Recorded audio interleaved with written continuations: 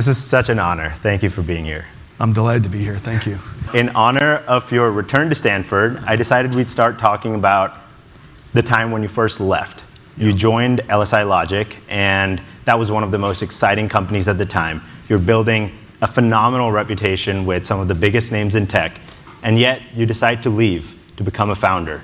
What motivated you? Chris and Curtis. Chris and Curtis, I was an engineer at LSI Logic, and Chris and Curtis were at Sun. And I was working with some of the brightest minds in computer science at the time, of all time, including Andy Bechtolsheim and others, building workstations and graphics workstations and so on and so forth. And Chris and Curtis said one day that they'd like to leave Sun, and they'd like me to go figure out what they're going to go leave for.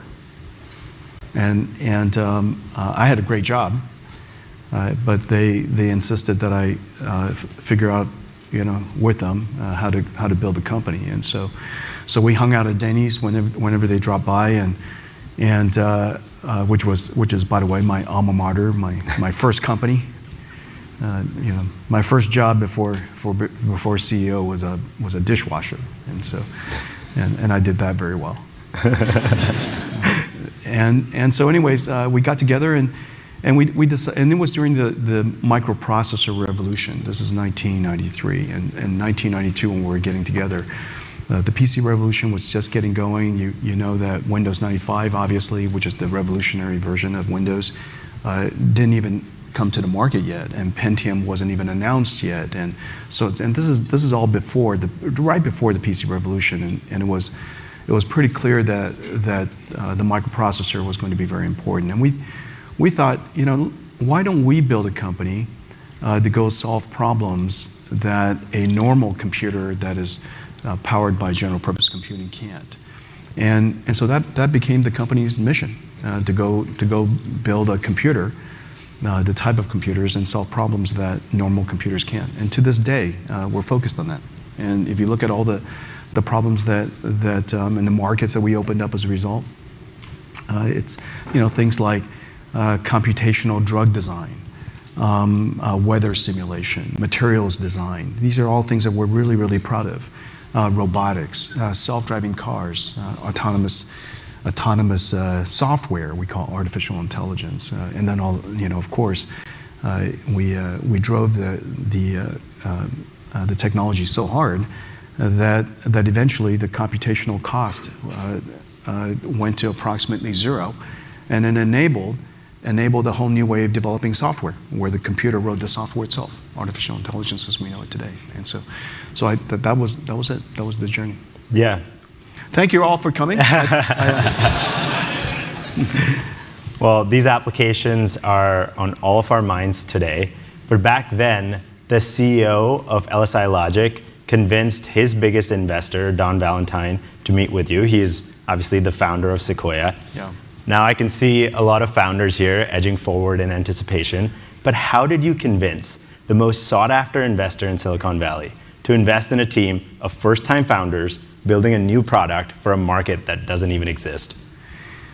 I didn't know how to write a business plan, and so I went to a bookstore, and back then there were bookstores, and in the business book section there was this book, and it was written by somebody I knew, Gordon Bell, and this book, I should go find it again, but it's a very large book, and the book says How to Write a Business Plan.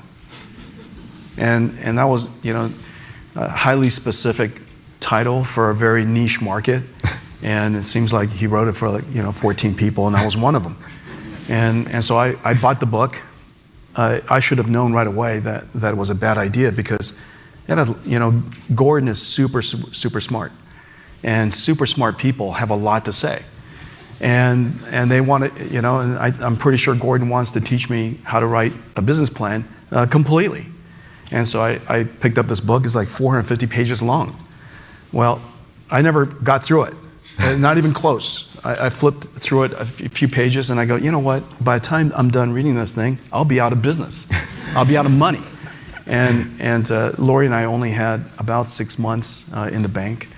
We had already Spencer and Madison and a dog, and so the 5 of us had to live off of whatever money we had in the bank, and so I didn't have much time, and so instead of writing the business plan, I just went to talk to Wilf Corrigan. He called me one day and said, "Hey, you left the company. You didn't even tell me what you were doing. I want you to come back and explain it to me." And so I went back and I explained it to Wilf, and Wilf at the end of it, he said, "I have no idea what you said." And that's one of the worst elevator pitches I've ever heard. And then he picked up the phone and he called Don Valentine. And he called Don and he says, "Don, I'm going to send a kid over. I want you to give him money. He's one of the best employees LSI Logic ever had." And so the thing I learned is you can make up a great interview. You could even have a bad interview, but you can't run away from your past. And so have a good past. Try to have a good past. And in a lot of ways, I was serious when I said I was a good dishwasher. I was probably Denny's best dishwasher. I planned my work. I was organized. I was mise en place. And then I washed the living daylights out of the dishes. And then they promoted me to busboy. I was certain I'm the best busboy Denny's ever had. I never left the station empty-handed. I never came back empty-handed. I was very efficient. And then so anyways, eventually I became, a CEO. I'm still working on being a good CEO. But you talk about being the best. You needed to be the best among 89 other companies that were funded after you to build the same thing. And then with 6 to 9 months of runway left, you realized that the initial vision was just not going to work. How did you decide what to do next to save the company when the cards were so stacked against you? Well, we started this company called For Accelerated Computing, and the question is, what is it for? What's the killer app? And that came our first great decision. And this is what Sequoia funded. The first great decision was the first killer app was going to be 3D graphics. And the technology was going to be 3D graphics. And the application was going to be video games. At the time, 3D graphics was impossible to make cheap. It was $1 million image generators from Silicon Graphics. And so it was $1 million, and it's hard to make cheap. And the video game market was $0 billion. So you have this incredible technology that's hard to commoditize and commercialize. And then you have this market that doesn't exist. That intersection was the founding of our company.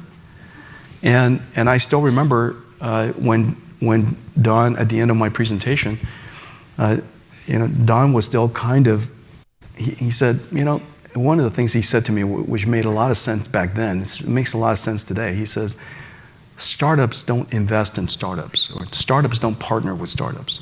And his point is that in order for Nvidia to succeed, we needed another startup to succeed. And that other startup was Electronic Arts. And then on the way out, he reminded me that Electronic Arts' CTO is 14 years old and had to be driven to work by his mom. And he just wanted to remind me that that's who I'm relying on. And then after that, he said, "If you lose my money, I'll kill you." And that was kind of my memories of that first meeting. But nonetheless, we created something. We went on the next several years to go create the market, to create the gaming market for PCs. And it took a long time to do so. We're still doing it today. We realized that not only do you have to create the technology and invent a new way of doing computer graphics so that what was $1 million is now, $300, $400, $500 that fits in a computer. And you have to go create this new market. So we have to create technology, create markets. The idea that a company would create technology, create markets defines Nvidia today. Almost everything we do, we create technology, we create markets. That's the reason why people say we have a, people call it a stack, an ecosystem, words like that. But that's basically it. At the core, for 30 years, what Nvidia realized we had to do is, in order to create the conditions by which somebody could buy our products, we had to go invent this new market. And it's the reason why we were early in autonomous driving. It was the reason why we're early in deep learning. It was the reason why we're early in just about all these things, including computational drug design and discovery. All these different areas, we're trying to create the market while we're creating the technology. And so that's okay. And then we got going, and then Microsoft introduced a standard called Direct 3D, and that spawned off hundreds of companies. And we found ourselves a couple of years later competing with just about everybody. And the thing that we invented, the technology we invented 3D graphics with, the consumerized 3D with, turns out to be incompatible with Direct 3D. So we started this company, we had this 3D graphics thing, $1 million thing, we're trying to make it consumerized. And so we invented all this technology.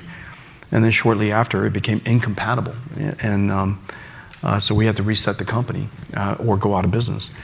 But we didn't know how to build it the way that Microsoft had defined it.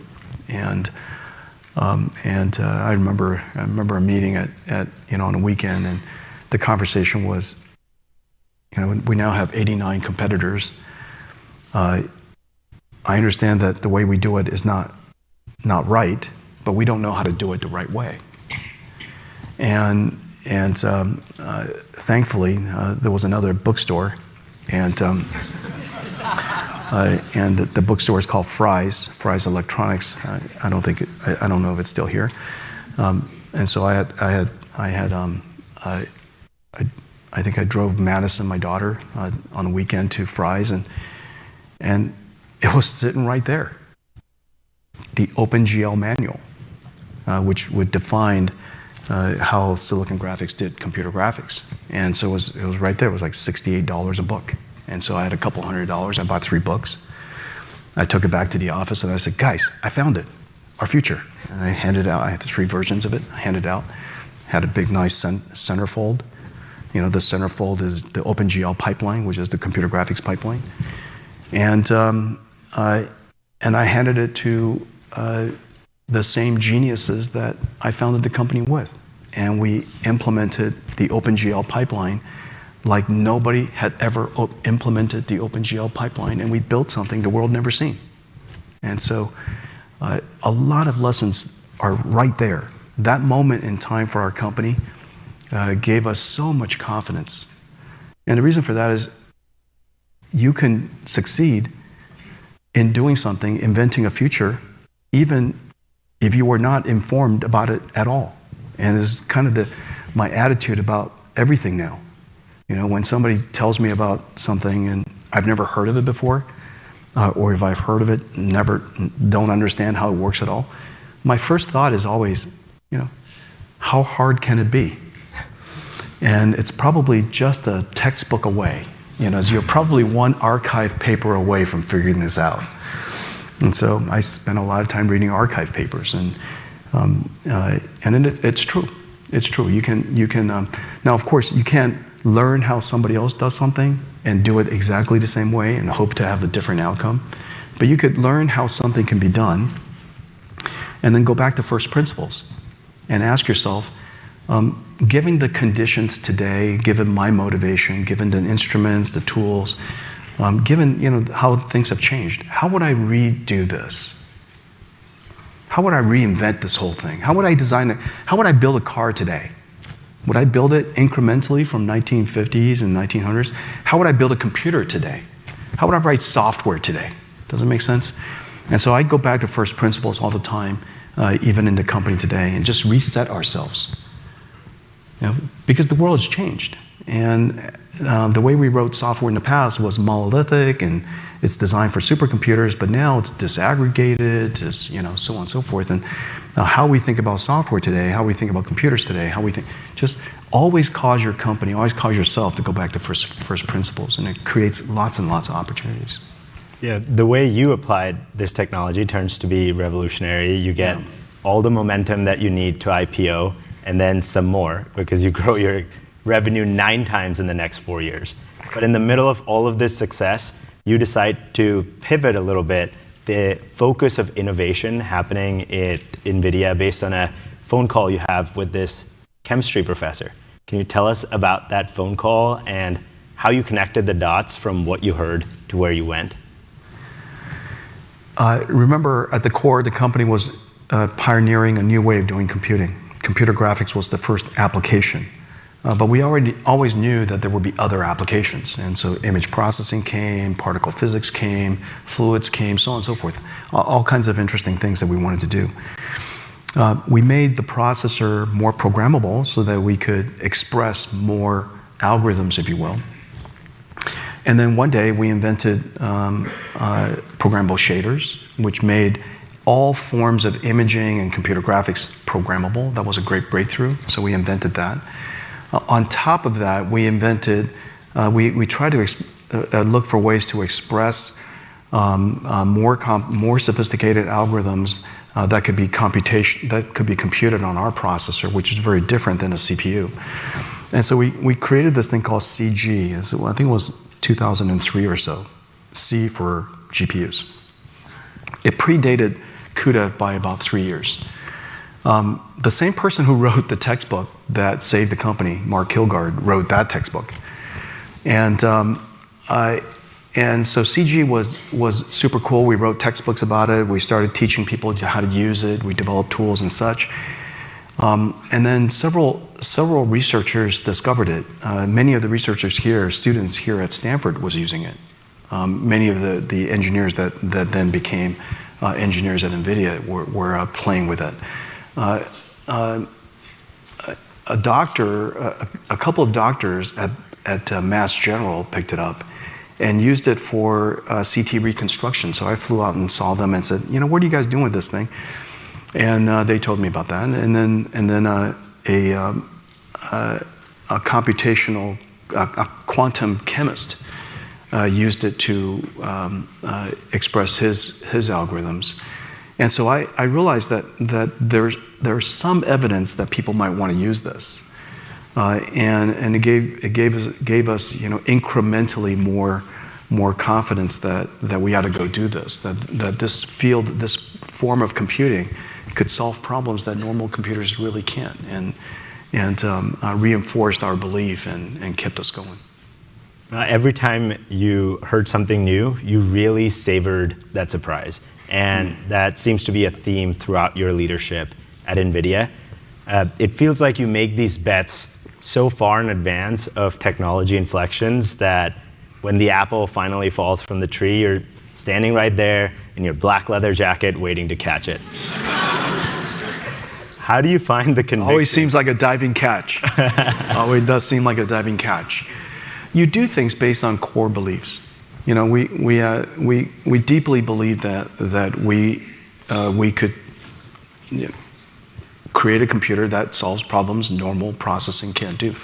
That there are limits to what a CPU can do. There are limits to what general purpose computing can do. And then there are interesting problems that we can go solve. The question is always, are those interesting problems only, or can they also be interesting markets? Because if they're not interesting markets, it's not sustainable. And Nvidia went through about a decade where we were investing in this future and the markets didn't exist. There was only one market at the time, it was computer graphics. For 10, 15 years, the markets that fuels Nvidia today just didn't exist. And so how do you continue with all of the people around you, our company and Nvidia's management team and all of the amazing engineers that are there creating this future with me, all of your shareholders, your board of directors, all your partners, you're taking everybody with you, and there's no evidence of a market. That is really, really challenging. The fact that the technology can solve problems and the fact that you have research papers that are used, that are made possible because of it are interesting, but you're always looking for that market. But nonetheless, before a market exists, you still need early indicators of future success. We have this phrase in the company there's a phrase called key performance indicators, unfortunately, KPIs are hard to understand. I find KPIs hard to understand. What's a good KPI? A lot of people, when we look for KPIs, you go, gross margins. That's not a KPI. That's a result. You're looking for something that's an early indicators of future positive results, okay? And as early as possible. And the reason for that is because you want that early sign that you're going in the right direction. And so we have this phrase, it's called EOIFS, early indicators, EIOFS, early indicators of future success. And it helps people because I was using it all the time to give the company hope that, hey, look, we solved this problem, we solved that problem, we solved this problem. The markets didn't exist, but there were important problems. And that's what the company's about, to solve these problems. We want to be sustainable, and therefore the markets have to exist at some point. But you want to decouple the result from evidence that you're doing the right thing. Okay, and so that's how you kind of solve this problem of investing into something that's very, very far away, and having the conviction to stay on the road is to find as early as possible the indicators that you're doing the right things. And so start with a core belief. Unless something changes your mind, you continue to believe in it, and look for early indicators of future success. What are some of those early indicators that have been used by product teams at Nvidia? All kinds. I saw a paper. Long before I saw the paper, I met some people that needed my help on this thing called deep learning. At the time, I didn't even know what deep learning was, and they needed us to create a domain-specific language so that all of their algorithms could be expressed easily on our processors. And we created this thing called cuDNN, and it's essentially the SQL. SQL is in storage computing. This is neural network computing, and we created a language, if you will, domain-specific language for that. Kind of like the OpenGL of deep learning. And so they needed us to do that so that they could express their mathematics. And they didn't understand CUDA, but they understood their deep learning. And so we created this thing in the middle for them. And the reason why we did it was because even though there were zero, these researchers had no money. And this is kind of one of the great skills of our company, that you're willing to do something even though the financial returns are completely non-existent, or maybe very, very far out, even if you believed in it. We ask ourselves, is this worthy work to do? Does this advance a field of science somewhere that matters? Notice, this is something that I've been talking about. Since the very beginning of time, we find inspiration not from the size of a market, but from the importance of the work. Because the importance of the work is the early indicators of a future market. And nobody has to nobody has to do a business case on it. Nobody has to show me a P&L. Nobody has to show me a financial forecast. The only question is this important work? And if we didn't do it, would it happen without us? Now, if we didn't do something and something could happen without us, it gives me tremendous joy, actually. And the reason for that is, could you imagine the world got better, you didn't have to lift a finger? That's the definition of ultimate laziness. And in a lot of ways, you want that habit. And the reason for that is this. You want the company to be lazy about doing things that other people always can do. If somebody else can do it, let them do it. We should go select the things that if we didn't do it, the world would fall apart. You have to convince yourself of that. That if I don't do this, it won't get done. That is, and if that work is hard, and that work is impactful and important, then it gives you a sense of purpose. Does that make sense? And so our company has been selecting these projects. Deep learning was just one of them. And the first indicator of the success of that was this, fuzzy cat that Andrew Ng came up with.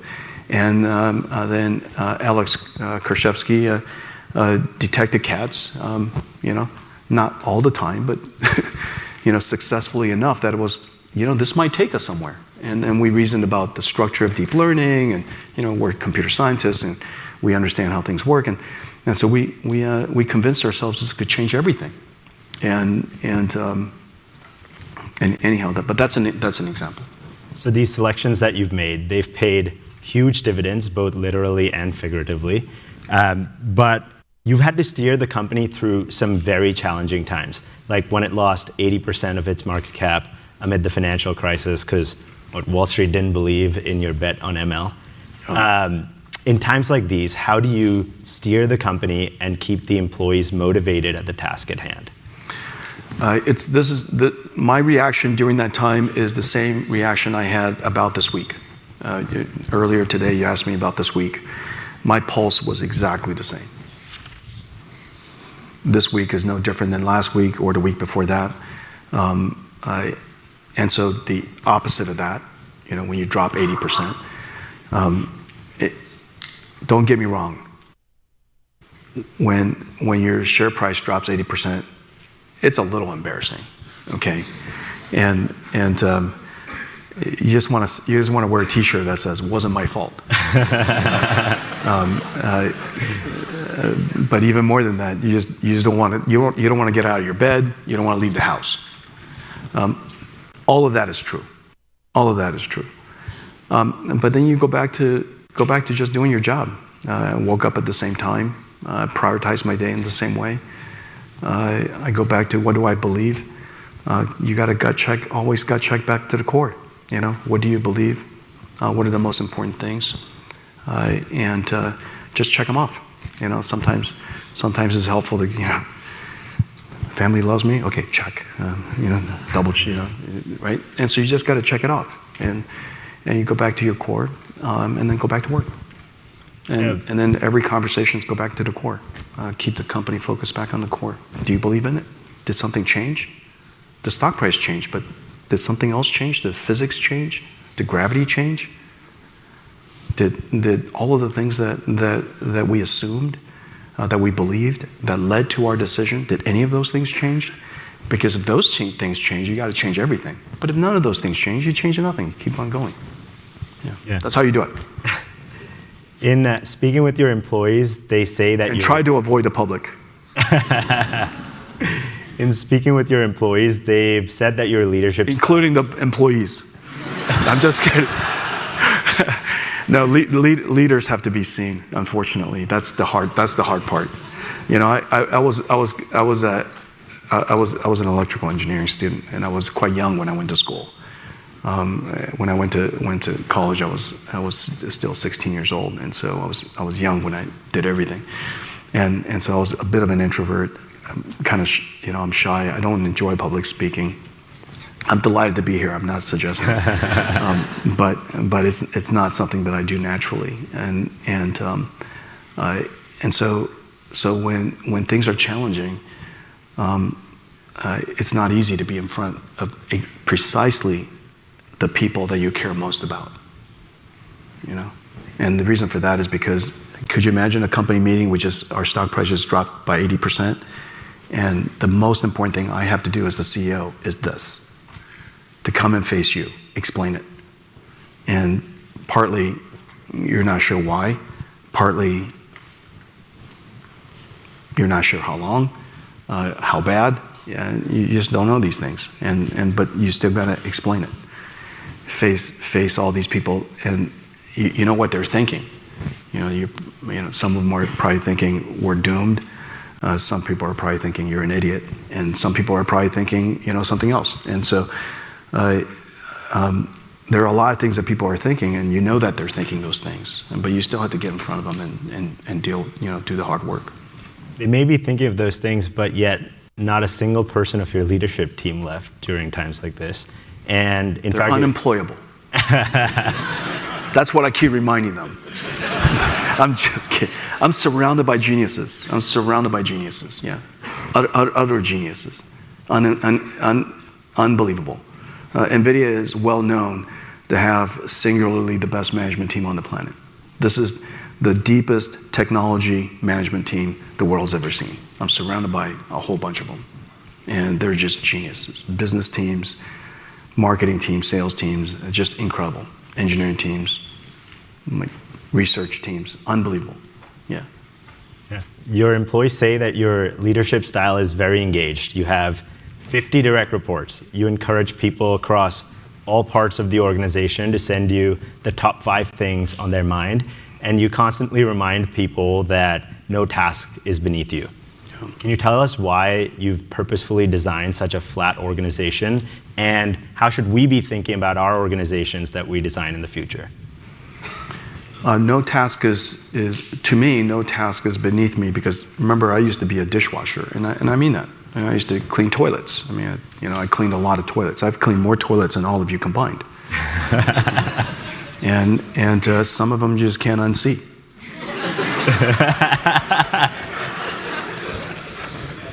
I don't know what to tell you. That's life. And so you can't show me a task that's beneath me.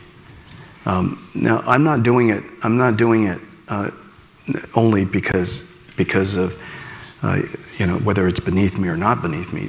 If you send me something and you want my input on it, and I can be of service to you, and in my review of it, share with you how I reasoned through it, I've made a contribution to you. I've made it possible for you to see how I reason through something, and by reasoning, as you know, how someone reasons through something empowers you. You go, oh my gosh, that's how you reason through something like this. It's not as complicated as it seems. This is how you reason through something that's super ambiguous. This is how you reason through something that's incalculable. This is how you reason through something that seems to be very scary. This is how you seem, do you understand? And so I show people how to reason through things all the time. Strategy things, how to forecast something, how to break a problem down. And you're empowering people all over the place. And so that's how I see it. If you send me something, you want me to help review it, I'll do my best, and I'll show you how I would do it. In the process of doing that, of course, I learned a lot from you. Is that right? You gave me a seed of a lot of information. I learned a lot. And so I feel rewarded by the process.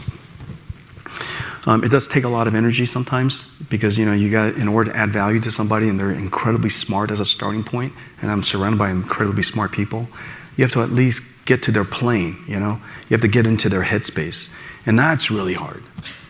That's really hard, and that takes just an enormous amount of emotional and intellectual energy, and so I feel exhausted after I work on things like that. I'm surrounded by a lot of great people. A CEO should have the most direct reports by definition, because the people that reports to the CEO requires the least amount of management. It makes no sense to me that CEOs have so few people reporting to them, except for one fact that I know to be true. The knowledge, the information of a CEO is supposedly so valuable, so secretive, you can only share it with 2 other people, or 3. And their information is so invaluable, so incredibly secretive, that they can only share it with a couple more. Well, I don't believe in a culture, an environment where the information that you possess is the reason why you have power.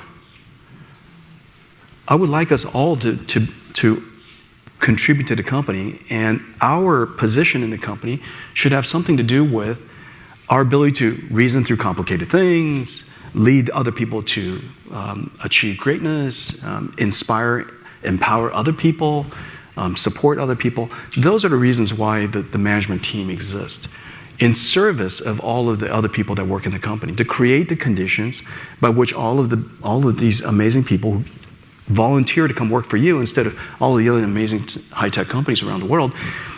They volunteer to work for you. And so you should create the conditions by which they could do their life's work, which is my mission. You probably heard it. I've said that pretty clearly, and I believe that. What my job is very simply to create the conditions by which you could do your life's work. And so how do I do that? What does that condition look like? Well, that condition should result in a great deal of empowerment. You can only be empowered if you understand the circumstance, isn't that right? You have to understand the context of the situation you're in order for you to come up with great ideas. And so I have to create a circumstance where you understand the context, which means you have to be informed. And the best way to be informed is for there to be as little layers of information mutilation, right, between us. And so that's the reason why it's very often that I'm reasoning through things like in an audience like this. I say, first of all, this is the beginning facts. These are the data that we have. This is how I would reason through it. These are some of the assumptions. These are some of the unknowns. These are some of the knowns. And so you reason through it. And now you've created an organization that's highly empowered. Nvidia is 30,000 people. We're the smallest large company in the world. We're a tiny little company. But every employee is so empowered, and they're making smart decisions on my behalf every single day. And the reason for that is because, they understand my condition. They understand my condition. I'm very transparent with people. And I believe that I can trust you with the information. Oftentimes the information is hard to hear, and the situations are complicated, but I trust that you can handle it. A lot of people hear me say, you're adults here. You can handle this. Sometimes they're not really adults. They just graduated. I'm just kidding. I know that when I first graduated, I was barely an adult, and but I was fortunate that I was trusted with important information. So I want to do that. I want to create the conditions for people to do that. Okay. I do want to now address the topic that is on everybody's mind, AI. Last week, you said that generative AI and accelerated computing have hit the tipping point. So as this technology becomes more mainstream, what are the applications that you personally are most excited about? Well, you have to go back to first principles and ask yourself, what is generative AI? What happened?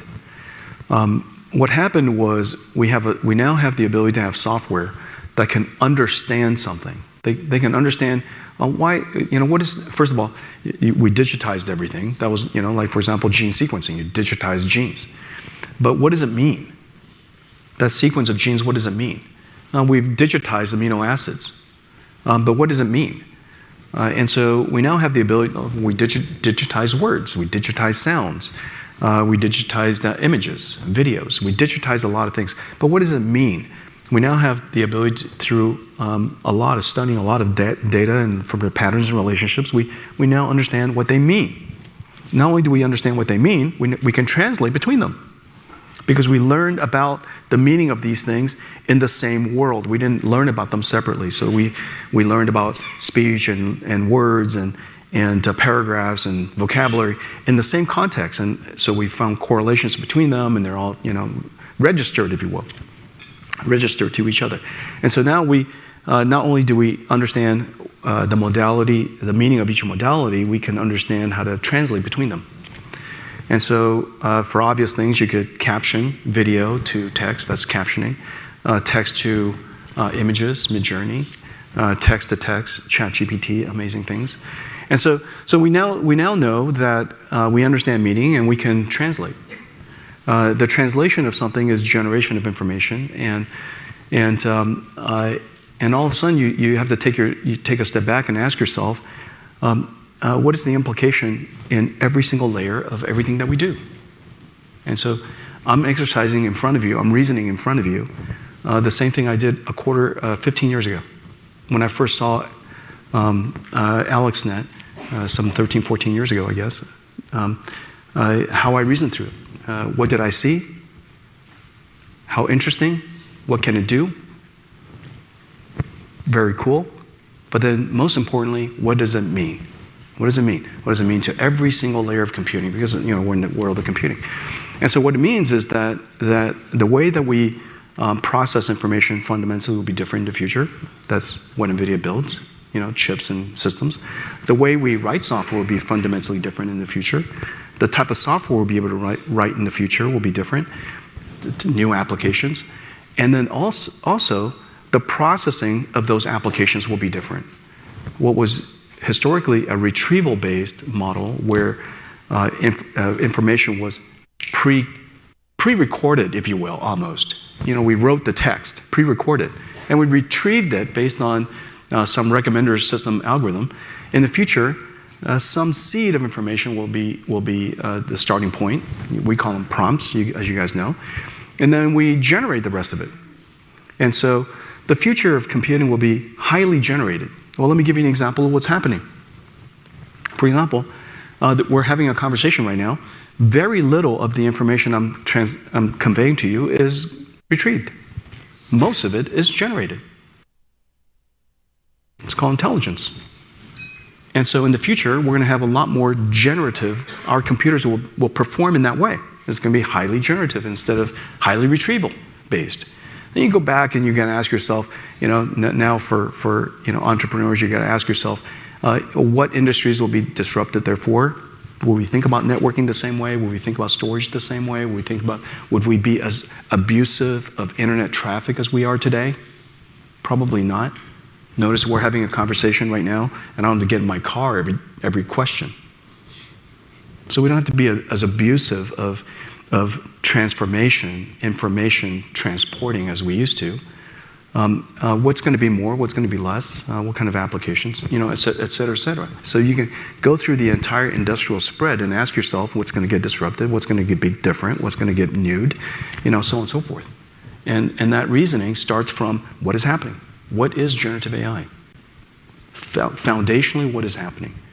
Go back to first principles with all things. There was something I was going to tell you about organization. You asked the question, and I forgot to answer it.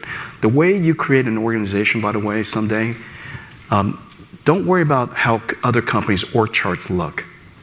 You start from first principles. Remember what an organization is designed to do.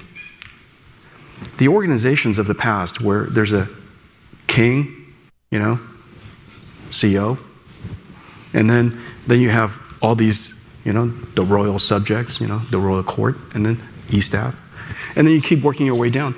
Eventually, they're employees. Well, the reason why it was designed that way is because they wanted the employees to have as little information as possible because their fundamental purpose of the soldiers is to die in the field of battle. To die without asking questions. You guys know this. I only have 30,000 employees. I would like none of them to die. I would like them to question everything. Does that make sense? And so the way you organized in the past and the way you organize today is very different. Second, the question is, what does NVIDIA build? An organization is designed so that we could build whatever it is we build better. And so if we all build different things, why are we organized the same way?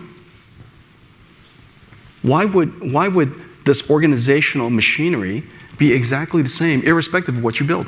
It doesn't make any sense. You build computers, you organize this way. You build healthcare services, you build exactly the same way. It makes no sense whatsoever. And so you have to go back to first principles. Just ask yourself, what kind of machinery? What is the input? What is the output? What are the properties of this environment? What is the forest that this animal has to live in? What are its characteristics? Is it stable most of the time? You're trying to squeeze out the last drop of water? Or is it changing all the time? Being attacked by everybody?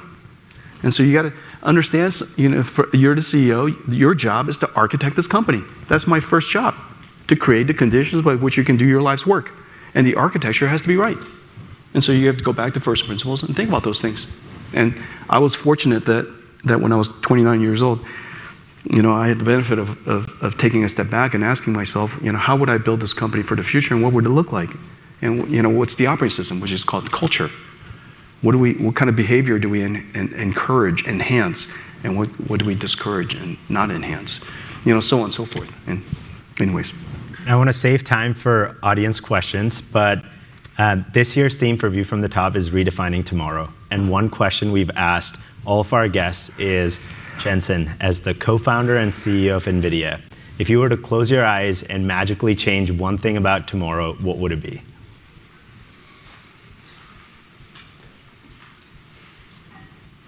Were we supposed to think about this in advance? I'm going to give you a horrible answer. I don't know that it's one thing. Look, there are a lot of things we don't control. There are a lot of things we don't control. Your job is to make a unique contribution. Live a life of purpose. To do something that nobody else in the world would do or can do. To make a unique contribution. So that in the event that after you're done, everybody says, the world was better because you were here. And so I think that to me, I live my life kind of like this. I go forward in time and I look backwards. So you asked me a question that's exactly from a computer vision pose perspective, exactly the opposite of how I think. I never look forward from where I am. I go forward in time and look backwards. And the reason for that is it's easier. I would look backwards and kind of read my history. We did this and we did that way and we broke that problem down. Does that make sense? And so it's a little bit like how you guys solve problems. You figure out what is the end result that you're looking for, and you work backwards to achieve it. And so I imagine Nvidia making a unique contribution to advancing the future of computing, which is the single most important instrument of all humanity. Now, it's not about our self-importance, but this is just what we're good at. And it's incredibly hard to do. And we believe we can make an absolute unique contribution. It's taken us 31 years to be here, and we're still just beginning our journey. And so this is insanely hard to do. And when I look backwards, I believe that we're going to be remembered as a company that kind of changed everything. Not because we went out and changed everything through all the things that we said, but because we did this one thing that was insanely hard to do, that we're incredibly good at doing, that we love doing, we did for a long time. I'm part of the GSP lead. I graduated in 2023. So my question is, how do you see your company in the next decade?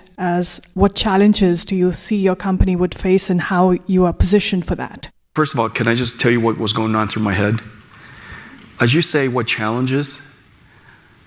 The list that flew by my head was so large that I was trying to figure out what to select.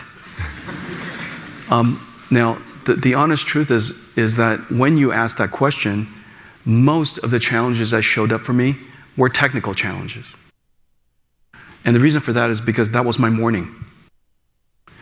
If you were to, chosen yesterday, it might have been market creation challenges. There are some markets that I just desperately would love to create. Can't we just do it already? But we can't do it alone. Nvidia is a technology platform company. We're here in service of a whole bunch of other companies so that they could realize, if you will, our hopes and dreams through them. And so some of the things that I would love for the world of biology to be at a point where it's kind of like the world of chip design 40 years ago. Computer-aided design, EDA, that entire industry, really made possible for us today. And I believe we're going to make possible for them tomorrow. Computer-aided drug design, because we're able to now represent genes and proteins and even cells now. Very, very close to be able to represent and understand the meaning of a cell. A combination of a whole bunch of genes. What does a cell mean? It's kind of like, what does that paragraph mean? Well, if we could understand a cell like we can understand a paragraph, imagine what we could do. And so I'm anxious for that to happen. I'm kind of excited about that. There's some that I'm just excited about that I know we're around the corner on. For example, humanoid robotics. They're very, very close around the corner. And the reason for that is because if you can tokenize and understand speech, why can't you tokenize and understand manipulation? And so these kind of computer science techniques, once you figure something out, you ask yourself, well, if I got to do that, why can't I do that? And so I'm excited about those kind of things. And so that challenge is kind of a happy challenge. Some of the other challenges, of course, are industrial and geopolitical, and they're social, but you've heard all that stuff before. These are all true. You know, the social issues in the world, the geopolitical issues in the world. Why can't we just get along things in the world? Why do we have to say those kind of things in the world? Why do we have to say those things and then amplify them in the world? Why do we have to judge people so much in the world? You know, all those things. You guys all know that. I don't have to say those things over again. My name's Jose. I'm a class of the 2023 from the GSB. My question is, are you worried at all about the pace at which we're developing AI? And do you believe that any sort of regulation might be needed? Thank you. Yeah, that's, the answer is yes and no. We need, you know that the greatest breakthrough in modern AI, of course, deep learning, and it enabled great progress. But another incredible breakthrough is something that humans know and we practice all the time, and we just invented it for language models called grounding, reinforcement learning, human feedback. I provide reinforcement learning, human feedback every day. That's my job. And for their parents in the room, you're providing reinforcement learning, human feedback all the time. Okay? Now, we just figured out how to do that at a systematic level for artificial intelligence. There are a whole bunch of other technologies necessary to guardrail, fine-tune, ground. For example, how do I generate tokens that obey the laws of physics? You know, right now things are floating in space and doing things, and they don't obey the laws of physics. That requires technology. Guardrailing requires technology. Fine-tuning requires technology. Alignment requires technology. Safety requires technology. The reason why planes are so safe is because, you know, all of the autopilot systems are surrounded by diversity and redundancy and all kinds of different functional safety and active safety systems that were invented. I need all of that to be invented much, much faster.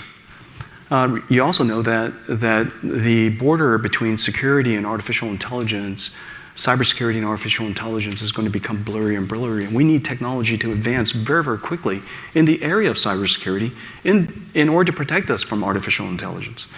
And so in a lot of ways, we need technology to go faster, a lot faster.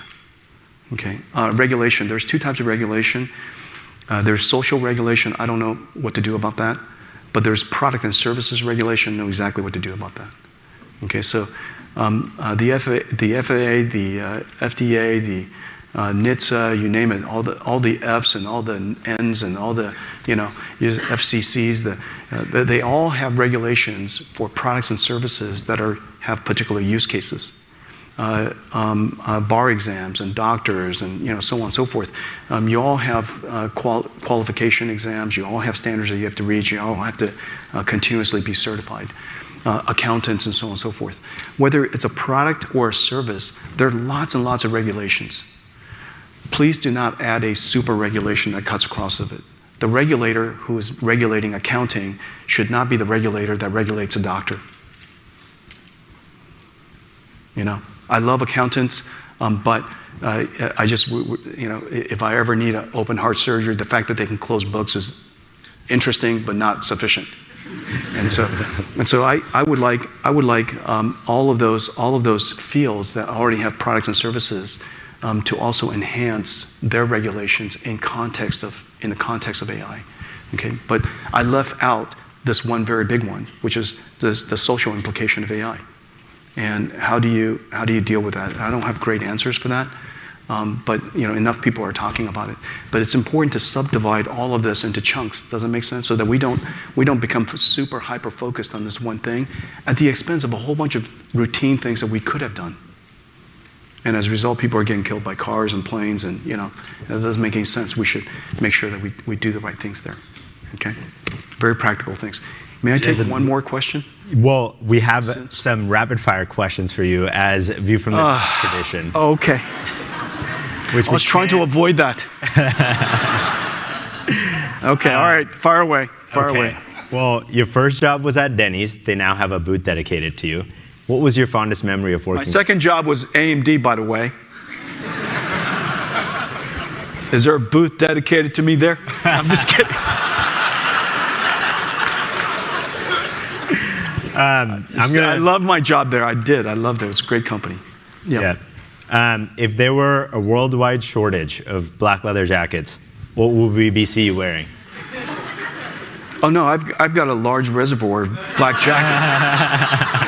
I'll be the only person who is not concerned. You spoke a lot about textbooks. If you had to write one, what would it be called? I wouldn't write one. You're asking me a hypothetical question that has no possibility of That's fair. And finally, if you could share one parting piece of advice to broadcast across Stanford, what would it be? It's not a word, but have a core belief. Gut check it every day. Pursue it with all your might. Pursue it for a very long time. Surround yourself with people you love and take them on that ride. So that's the story of Nvidia. Jensen, this last hour has been a treat. Thank you for spending it with us. Thank you very much.